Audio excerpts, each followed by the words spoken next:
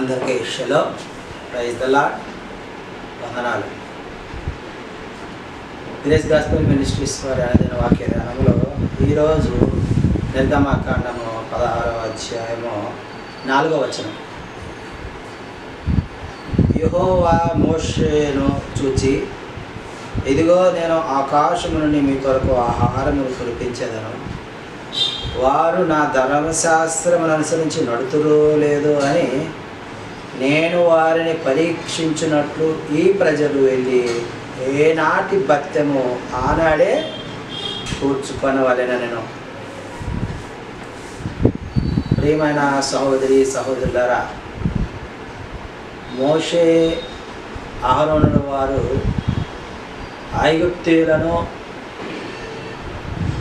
ఐగుప్తీయుల నుండి ఇజ్రాయేలీలను ఐగుప్తు నుంచి విడిపించి ఎర్ర సముద్రము 2 పాయలుగా చేసి మరి అక్కడి నుంచి 3 దినములంతా ప్రయాణము చేసి షూరు అరణ్యములో వారు నీళ్ళ కోసం సరిగినట్లుగా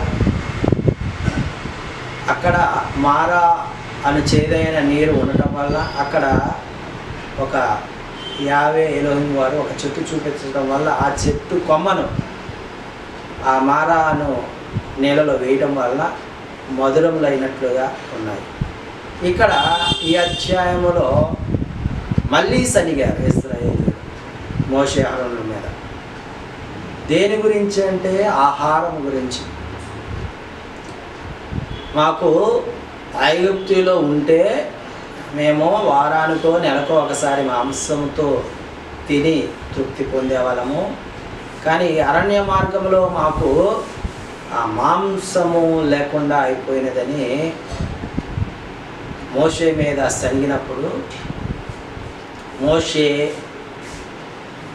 యావేకు హషెంకు ప్రార్థన చేయగా ఆయన మోషేతో ఈ విధంగా అంటున్నాడు, నేను వారికి ఆహారాన్ని ఇస్తాను, కానీ వారు ధర్మశాస్త్రాన్ని అనుసరిస్తారో లేదోనని పరీక్షించినట్లు ఏనాటి భత్యము ఆనాడే వారు కూర్చుకొనవలెనని మరి మోషే గారికి చెప్పిన సందర్భము ఈ మాట. మరి ఆ విధముగా హషెం వారు వారికి మరి ఆహారాన్ని సమృద్ధిగా మరి కురిపించినప్పుడు సాయంత్రం పూటేమో పూరేణులను,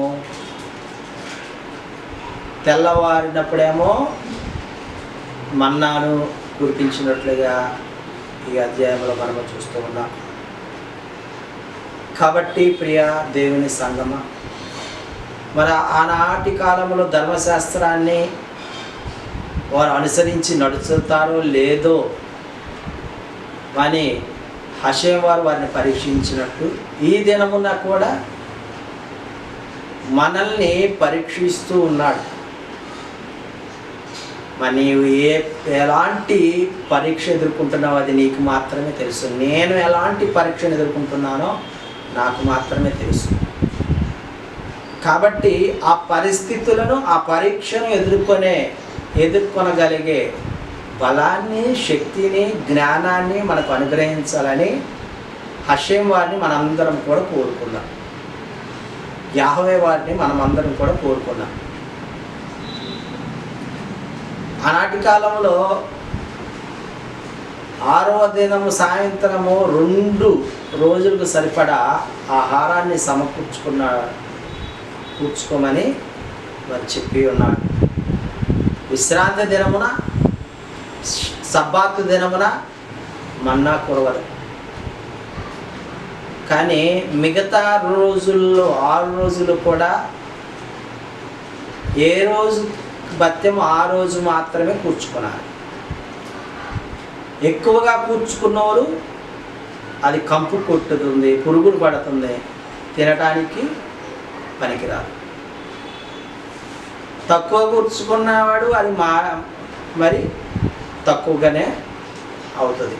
కాబట్టి ప్రియమైన దేవుని సంగమా, ఈ లేఖనం మనకి ఏం చెప్తూ ఉన్నదంటే మనల్ని పరీక్షించే దేవుడు మనకున్నాడు. ఆ పరీక్షలో నెగ్గటానికి ఆయనే మనకు సహాయం చేస్తాడు. ఆయనే మనకు జ్ఞానాన్ని అనుగ్రహిస్తాడు. ఆయనే శక్తిని, బలాన్ని మనకు అనుగ్రహించి ముందుకు కొనసాగుతాడు. ఎప్పుడు అంటే ఆయన వాక్కును మనం వినినప్పుడు, ఆయన మాటలకు మన చెవి ఒగ్గినప్పుడు, ఆయన మార్గంలో మనము నిలిచినప్పుడు. మరి మిగతా వారికి ఆయన సహాయం చేయడాలంటే ఆ గ్రహింపు నీకు ఉండాలి. మిగతా ప్రతి ఒక్కరి మీద ఆయన కృప, కనికరం ఒకే విధంగా ఉంటుంది. కానీ ఆ గ్రహింపు ఉన్నదా నీకు?